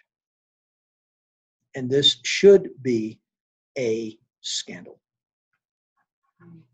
Okay, but nobody, the problem is the people don't want to know that. Okay, so there's a lot of conflict of interest issues. Supposedly these are covered by the ACA, but they still exist. You can get around it by reporting anything that is any relationship you have to a commercial enterprise, especially pharmaceutical companies. If you're a medical researcher, the chances are your money's going to come a good portion of your money is going to come from the pharmaceutical industry. Now, many pharmaceutical industry research grants don't have a solid string attached. But what it is they've got an in. If you come up with something, they're going to be the first people on the door saying, I want to buy it. You know, I used to do that. When I was in the pharmaceutical industry, I can remember, you know, when our second baby was born, she was born in an ambulance because she was 7 weeks premature. She was taken to Duke University because it was the only NICU in the area. And they charged us for a delivery room. And I said, no. And we went through, and then they were double charging us. Duke had 2 different billing offices that never communicated. We argued back and forth. At this time, I was negotiating a $5 million grant to Duke University Medical Center for research. And I finally went to the finance people, and I said, tomorrow afternoon, I'm coming over here with a $5 million check and giving it to Ralph Schneiderman, who was the chancellor of Duke University Medical Center. So I'm going to talk to him about this unless you fix it now. Yeah. Never heard from him again. Funny thing, never heard from him again. So I'm not afraid to take advantage of these things. But that's what it takes. You know, it's who you know. So it's who you know, yeah. So there's a lot of ethical dilemmas. I mean, we see it a lot with you know, some of them are religious based, like pharmacists that will not give out birth control pills, or people who will not you know, do certain kinds of procedures because they're of their own ethical issues. But then we're also seeing it with advances in genetic sciences. There's ethical issues with genetics and our ability to analyze the human genome that we're just beginning to explore. You know, we can look at a genetic propensity and say, okay, let's just take something that's near and dear to most women's hearts, which is breast cancer. I don't mean that as a pun, please, but it's breast cancer. You know, the BRCA1 gene is a marker that has, if you have that gene, you are more likely to have breast cancer. If you have 2 copies of it, one from each parent, because men can carry it, if you have 2 copies of it, you are significantly more likely. Well, we can measure that in the womb now. Are you going to abort a fetus that might have a higher propensity for breast cancer? Some people might be tempted. You know, if you know, one of the common things is to do genetic testing for Down syndrome.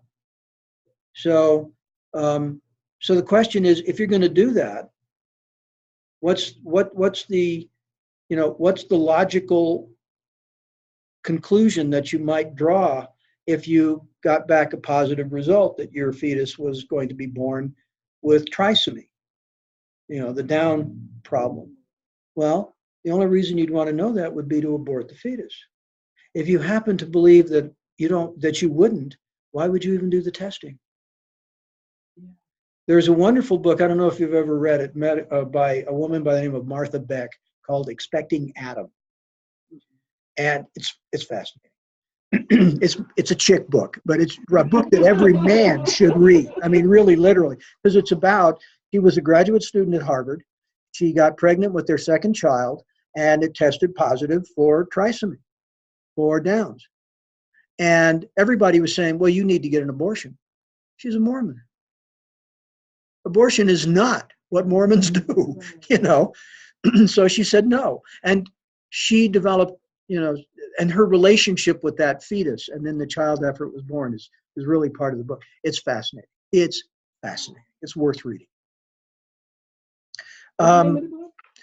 Expecting Adam, because she'd already named her child, of course. But Expecting Adam is the name. And Martha Beck, B-E-C-K, is the author.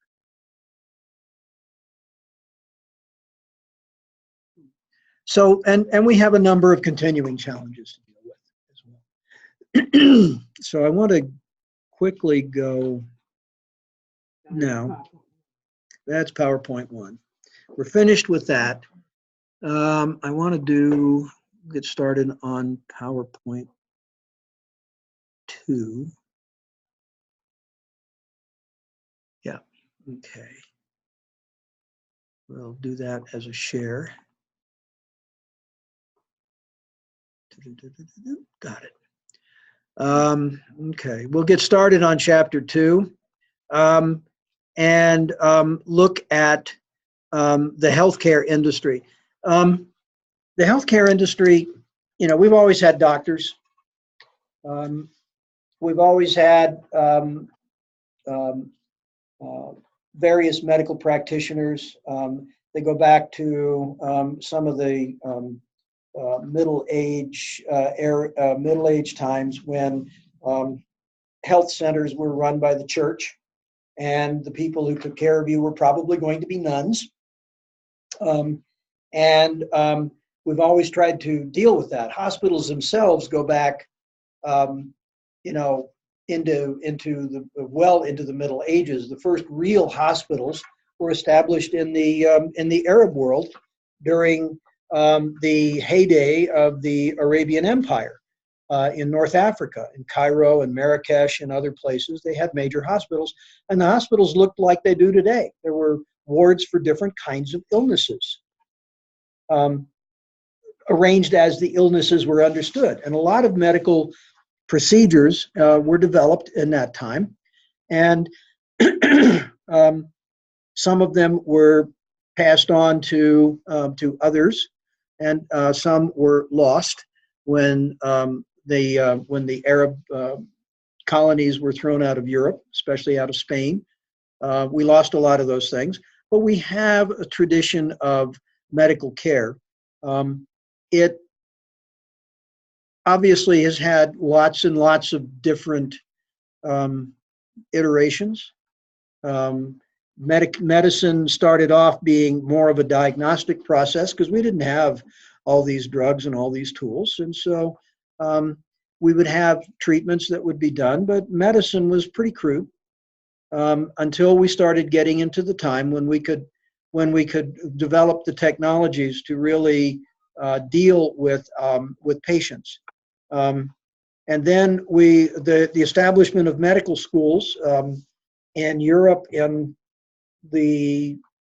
after the Renaissance, really. When it went from being basically a guild structure where, you know, you apprenticed yourself to a doctor and learned his skills and then went on to become a doctor and train somebody else, to actually setting up schools. Medical schools were common in the 18th and 19th century. There's an old story about a person I refer to as Uncle Billy. It was William Burke. Okay, he was hanged, and he was hanged because he used to be a supplier of cadavers to medical schools for dissection and for anatomy lessons. The problem was his cadavers were suspiciously warm when they were brought in. They eventually hanged him. Uncle Just Billy. for that? Yep. Uncle Billy the body snatcher. That's what I call him. But that was what was done. I mean, usually what happened is they'd find, you know, paupers that had died, and they would simply use them for teaching medical students about the medicine. And hospitals got established. They were pretty awful places.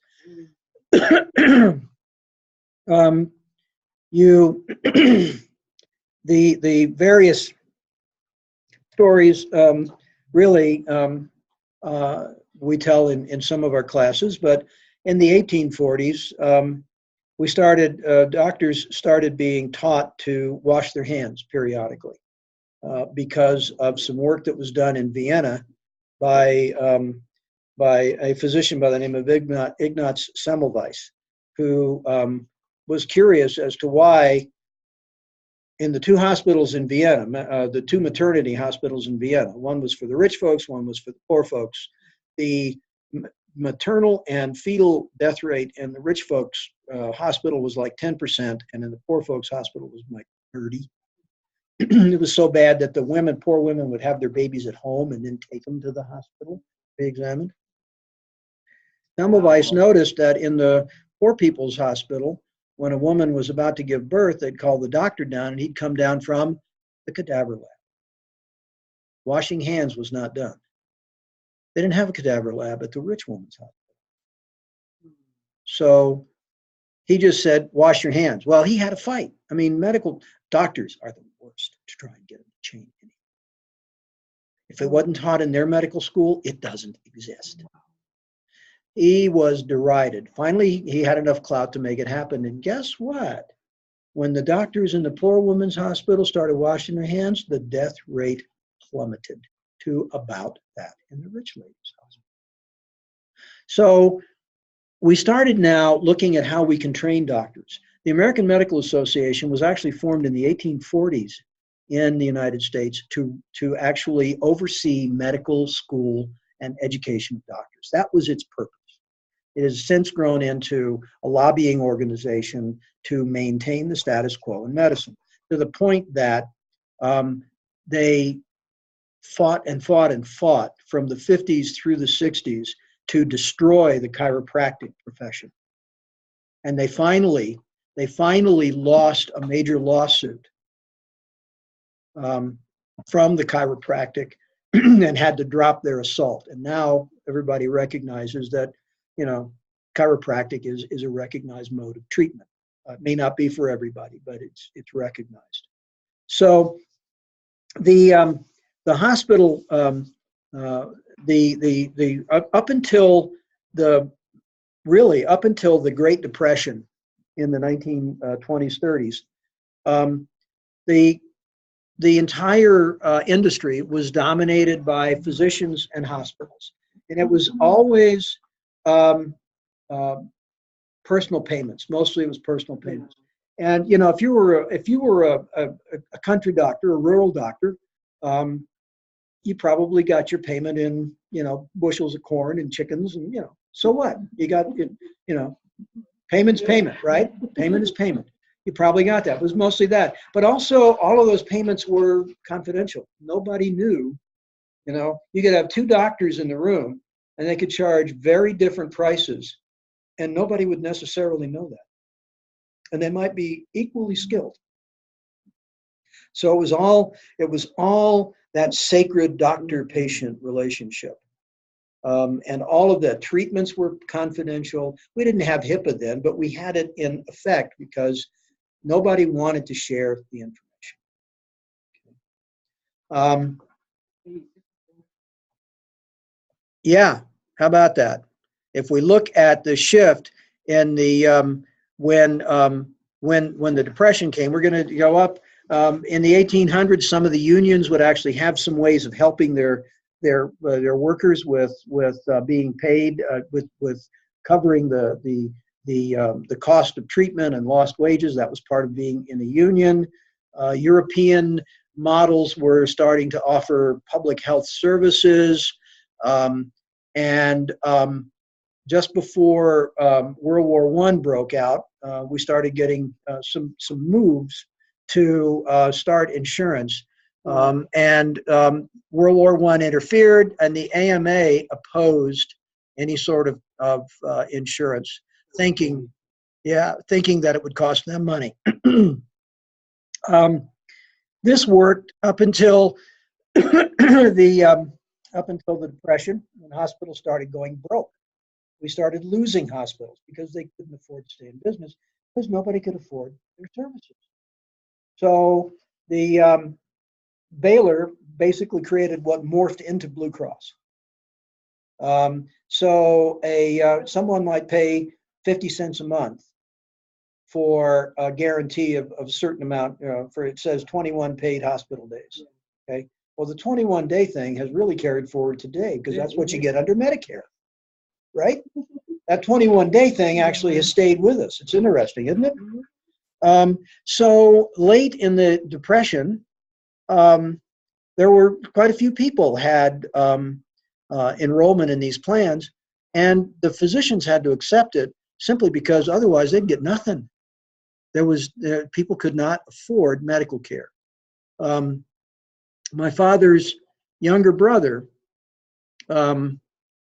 died of diphtheria because they couldn't afford medical care. That was in New York City in the 30s. The AMA fought against any government involvement. And then we had private insurance came into being after World War II. In order to cover this, special provisions were made to provide tax credits and stuff. Insurance companies had very little incentive to control costs, so they just kept doing that. Yeah. And it really started to change when in the mid-30s with the Social Security Act. This was really kind of amazing because Social Security also included disability insurance for people who had issues that made them unable to work. So it was a disability thing as well. And this was really the basis and why Social Security and Medicare are tied together, is because of the Social Security Act of 1935. But it took another 30 years for Medicare. And that was a dogfight. I remember it. Oh, boy, I remember it. But we had so many people come back and go to work after World War II. They left the farm. They went into the cities. It was a case of, how are you going to get them back on the farm after they've seen Paris, right? They really didn't want to do that. They wanted to go in, and we had this incredible rise of the need for medical care, and all of a sudden we didn't have enough hospitals. So federal subsidies in the early 50s or late 40s actually were established to build more hospitals, and then we overbuilt. Okay, we ended up having to cut back. Same with medical schools. We expanded medical schools to a point where we had so many medical schools they couldn't be self-supporting. So we wanted to do that, and we did that with all sorts of training subsidies and funds provided by the government, not just GI Bill, but scholarships and support. We started creating various protections for the consumers. In 1935, interestingly enough, at the same time we passed the Social Security Act, we reinvigorated the FDA. The FDA existed, but it was with the sulfanilamide disaster of the 30s that you guys remember from Pharmacy 200. That prompted strengthening the FDA and giving them some teeth. That was basically consumer protection. Okay, OSHA came about in the 70s under Richard Nixon, as did the consumer packaging, consumer protections. We increased medical support, not just grants for research and for medical schools, for training, and not just for doctors, for health professionals all across the board. Nurses and therapists and so forth were funded. We created a lot of policies related to making certain of the access. Also under Nixon, the HMO Act of 1973 came about because of the idea of Richard Kaiser to create Kaiser, the Kaiser Foundation, which was the original, pardon? Yep, what we now know as Kaiser Permanente, that created the first of the health maintenance organizations. And the object there was that you would have a gatekeeper. You'd have a primary physician who would control your access to other specialists. There were a lot of problems with that when it started, because there were people who were being prevented from needed care just to save money. Fortunately, we've modified those programs, and things have changed a lot. No matter what you think of HMOs and PPOs and other kinds of organizations that we have, they did change the way we did medicine. Unintended effects, costs. Remember I said that the pharmaceutical companies stayed out of Medicare in the mid-60s. They basically lobbied their way. I call lobbying legalized bribery, because they lobby by donating to members of Congress. But the effect was that they didn't want to see their prices controlled by socialized medicine. Now, as I said, socialized medicine is not what Medicare is about. We don't have a socialized medicine. All doctors are independent contractors.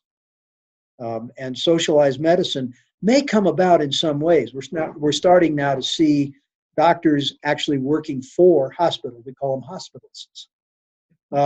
We didn't used to have that. Doctors would have hospital practicing privileges, right, but they wouldn't be direct employees for the most part. The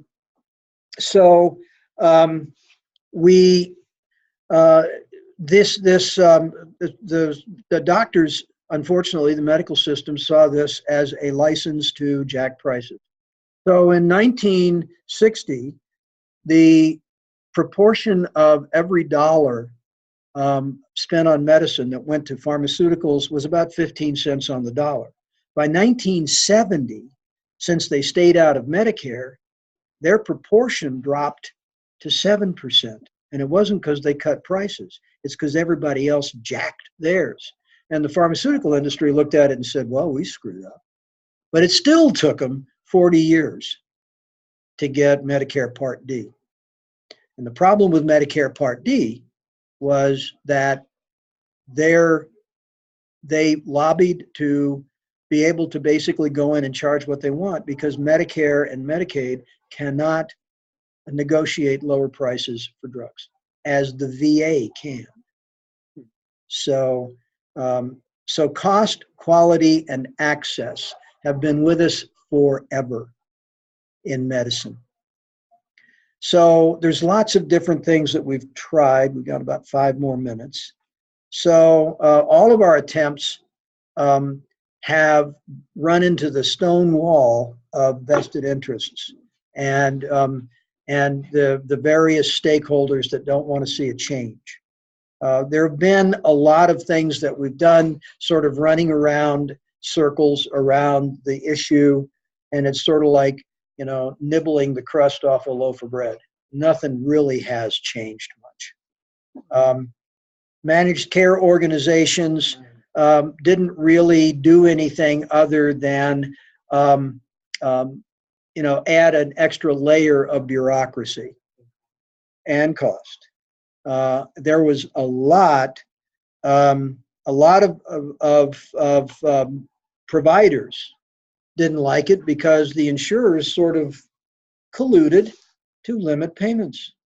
And Medicare, and they all followed Medicare, which also, once they realized they had a budget crisis, they started limiting payments. By the end of the 20th century, this was coming into a very, very almost critical stage, and it was not working. Why don't we quit there? We'll pick it up on Wednesday with the rest of chapter 2 and move on to the other 2 chapters in the first week. I would suggest that you look over everything in the first week and start thinking about your paper on the Affordable Health Care, the Affordable Health Care Act, because that will be that'll be a big paper. The research paper. When I do a research paper in a class like this, I want progress reports each week. Okay. So there are some guidelines as to what I'd like to see. Get those turned in. Then there's a progress report at the end of this week, the end of next week, and then the report is due at the end of the 3rd week. And then in class, we'll discuss it in the last Monday of class. Okay, Sunday night of this week. Okay. And the second progress report is due the following Sunday.